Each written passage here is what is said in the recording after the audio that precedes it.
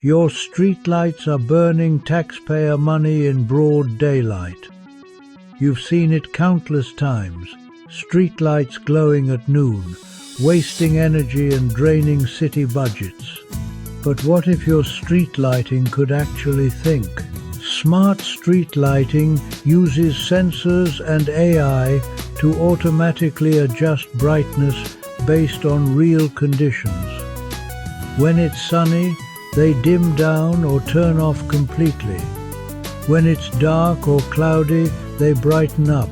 During peak traffic hours, they provide maximum visibility for safety. Cities using smart lighting report up to 50% energy savings, reduced crime rates through better adaptive lighting, and remote monitoring that catches problems before they become expensive repairs. Instead of burning money, your streetlights could be saving it while making your community safer and more efficient. Ready to illuminate your city's future?